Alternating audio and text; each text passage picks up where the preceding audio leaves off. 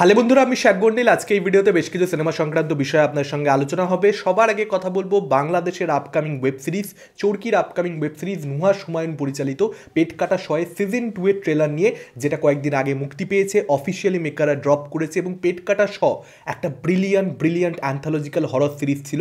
ওই লেভেলের সিরিজ, ওই স্ট্যান্ডার্ডের সিরিজ, সিরিয়াসলি বলছি, আমাদের দুপার বাংলাদেশ বলুন, পশ্চিমবঙ্গ বলুন, ওই লেভেলের সিরিজ আমরা খুব কম পেয়েছি। ওই স্ট্যান্ডার্ডের কাজ এখনও মনে পড়লে, মানে সিরিয়াসলি বলছি, যারা দেখেননি, আমাদের এপার বাংলার অনেক দর্শক হয়তো এখনও দেখেননি, আমি বলবো চরকি সাবস্ক্রিপশন নিন, বা যেভাবে আপনাদের পক্ষে সম্ভব আপনারা পেট কাটা শট ডেফিনেটলি দেখুন।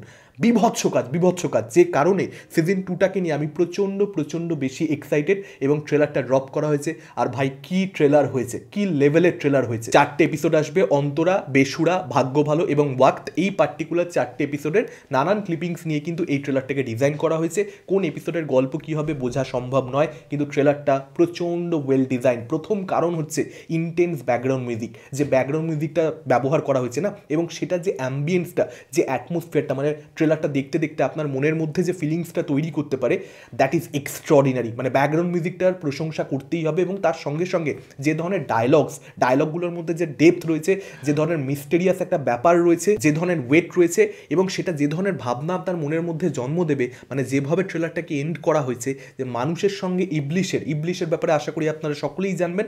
ডেভিল বলা যেতে পারে। মানুষের সঙ্গে ইবলিশের একটাই তফাৎ, একটা তালিবের শ, একটা দন্তের শ, পেট কাটা শ।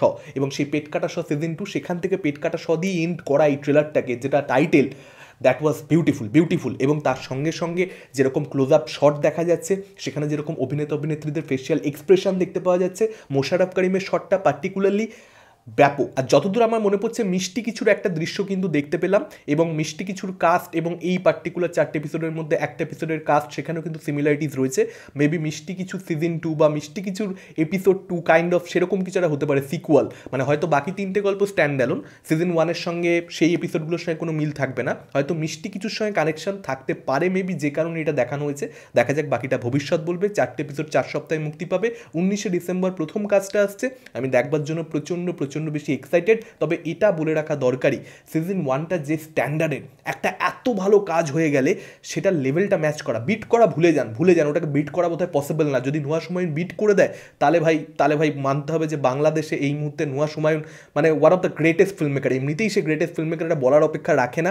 এবং এই মুহূর্তে যদি সে লেভেলটা ম্যাচ করে দেয়, যা সিজন 1-এর স্ট্যান্ডার্ডের কাজ যদি সে আবার বানিয়ে দেয়, সেটাই এক্সট্রাঅর্ডিনারি ঘটনা ঘটবে। এবং আশা করছি তিনি সেটাই করবেন, কারণ নুহাস হুমায়ুন এখন অবধি শর্ট ফরম্যাটে যা কন্টেন্ট বানিয়েছেন সব কিছু দুর্দান্ত বানিয়েছেন। এবার কথা বলবো নেক্সট বিষয়টা নিয়ে। সন্দীপ রেড্ডি বাংলা পরিচালিত স্পিরিট, সেই ছবির মধ্যে আপনারা লিডিং অ্যাক্টর হিসেবে দেখতে পাবেন প্রভাসকে।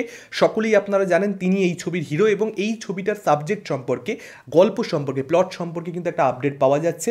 এখানে প্রভাস যে একজন পুলিশ অফিসারের ভূমিকা অভিনয় করবে, এই ব্যাপারে আমরা অলরেডি সকলে জানি। সেই আপডেট তো প্রিভিয়াসলি আপনার সঙ্গে আমি শেয়ার করেইছি। এখন যেটা জানতে পারা যাচ্ছে, একটা ইন্টারন্যাশনাল সিন্ডিকেট, ক্রাইম সিন্ডিকেট, তাদেরকে কিন্তু কোথাও একটা ধ্বংস করবার চেষ্টা করবে, পর্যদুস্ত করবার চেষ্টা করবে এখানে প্রভাসের ক্যারেক্টার। কেন? কারণ প্রভাসের ক্যারেক্টার কোথাও একটা লাঞ্ছিত হবে, কোথাও একটা অপমানিত হবে, এবং সে তার রেপুটেশন ফিরে পাওয়ার জন্য এই পার্টিকুলার মিশনটা করবে এই ক্রাইম সিন্ডিকেটের এগেনস্টে। আর স্পিরিটকে কেন্দ্র করে আরও একটা যেটা আপডেট, ডিসেম্বরে সম্ভবত মহরাত হয়ে যেতে চলেছে এই ছবিটার। এখন দেখা যাক সেটা হয় কিনা। অফিসিয়াল অ্যানাউন্সমেন্ট এই ছবিটার কবে আসে এবং সেটা কীভাবে সন্দীপ রেড্ডি বাংলা, আপনারা জানেন তার ছবির অফিসিয়াল অ্যানাউন্সমেন্ট, সেটাও ডেফিনেটলি একটা হিউজ বাস ক্রিয়েট করবে। এবং সেখানে ডেফিনেটলি সে হিন্ট দিয়ে রাখবে যে ছবির গল্প কি এক্স্যাক্টলি হতে চলেছে, বা সেটার এসেন্সটা কী হতে চলেছে। ব্যাকগ্রাউন্ড মিউজিকটা খুব ইম্পর্টেন্ট হতে চলেছে, যেরকমটা বাংলা সমস্ত ছবির ক্ষেত্রে হয়ে থাকে। এর পরবর্তী আপডেটটা সানি দেয়ালকে কেন্দ্র করে রাজকুমার সন্তোষীর সঙ্গে লাহোর 1947 আমির খানের প্রোডাকশন, আপনারা সকলে জানেন। সেই ছবিটার ব্যাপারে যেটা আপডেট আসছে, আগস্টে 2025 সালের আগস্টে কিন্তু সম্ভবত এই ছবিটা মুক্তি পেতে চলেছে। স্বাধীনতা দিবসের উইকেন্ডে এখানে মেকাররা টার্গেট করছে, এবং সেটা তাদের পক্ষে করাটা খুব স্বাভাবিক, খুব যুক্তিযুক্ত। তার কারণ গাদার 2 এর সাকসেসটা সানি দেয়ালের ওই উইকেন্ডেই এসেছিল। ইন্ডিয়া পাকিস্তান ন্যারেটিভ, পার্টিশনকে কেন্দ্র করে ছবি, এবং ওই সময় এলে পারফেক্ট একটা রিলিজ ডেট ছবিটার জন্য হবে। আমির খানের এই সমস্ত বুদ্ধি ভীষণ ভালো রয়েছে, আমরা সকলেই জানি। ফলত ওই সময় সম্ভবত ছবিটা আমরা শেষ অবধি আসতে দেখতে পাবো, যদি না প্রোডাকশনে কোনো রকম বা পোস্ট প্রোডাকশনে কোনো রকম গন্ডগোল হয়। এর পরবর্তী আপডেটটা বন্দোবস্ত গানটাকে কেন্দ্র করে, বেবি জনের আপকামিং গান, যেটা টিজার এসে গেছে। আগামীকাল কিন্তু গানটা মুক্তি পেতে চলেছে। এখন দেখা যাক এই গানটা কতটা ভালো হয় এবং কতটা ভাইরাল হতে পারে। আজকালকার দিনে এটা তো ইম্পর্টেন্ট, ভালো হোক বা না হোক। এর পরবর্তী আপডেটটা মহেশ বাবুকে কেন্দ্র করে, আপনারা সকলেই জানেন এস রাজামৌলির সঙ্গে তার আপকামিং ছবি, প্রজেক্টটাকে এখন অবধি বলা হচ্ছে SSMB29, এখন অবধি টাইটেল আমরা কেউই জানি না, এবং এই ছবিটার শুটিং কিন্তু জানুয়ারি 2025 সাল থেকে শুরু হতে চলেছে, এরকমটাই আপডেট আসছে।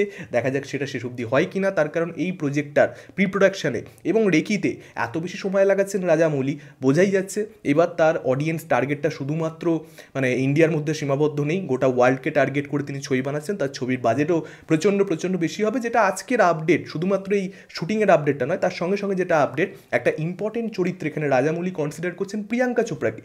হ্যাঁ, প্রিয়াঙ্কা চোপড়াকে কনসিডার করছেন এবং এই আপডেটটার মধ্যে যথেষ্ট সত্যতা থাকতে পারে, তার কারণ প্রিয়াঙ্কা চোপড়া সিটাডেলের মতন ওয়েব সিরিজ করেছে, এছাড়াও হলিউডে বেশ কিছু কাজ করেছে, তার সেখানে একটা পরিচিতি আছে। হয়তো গ্লোবাল মার্কেটটা টার্গেট করতে গেলে মহেশবাবুর সঙ্গে প্রিয়াঙ্কা চোপড়া যাকে কাস্ট করে দিলে একই সঙ্গে হিন্দি বেল্টেরও কোথাও একটা বক্স অফিস চলে আসবে, এমনি রাজামৌলি নিজের তো একটা অডিয়েন্স রয়েছে, সকলে জানে, সব মিলিয়ে এই কাস্টিংটা তার ছবির জন্য এই মুহূর্তে প্রচণ্ড অ্যাপ্রোপ্রিয়েট হতে চলেছে। এটা ছিল আজকের ওভারঅল ভিডিও। আপনাদের কি মতামত এই আপডেটগুলোকে কেন্দ্র করে? কোন আপডেট নিয়ে আপনারা সবচেয়ে বেশি এক্সাইটেড? ডেফিনেটলি আপনারা সেটা আমাদের কমেন্ট করে জানাতে পারেন। এই ভিডিওটা ভালো লাগলে লাইক করতে পারেন, শেয়ার করতে পারেন, আমাদের চ্যানেল নতুন হলে চ্যানেলটাকে অবশ্যই সাবস্ক্রাইব করতে পারেন। আজকের মতন টাটা, চোখ রাখুন পরবর্তী ভিডিওতে।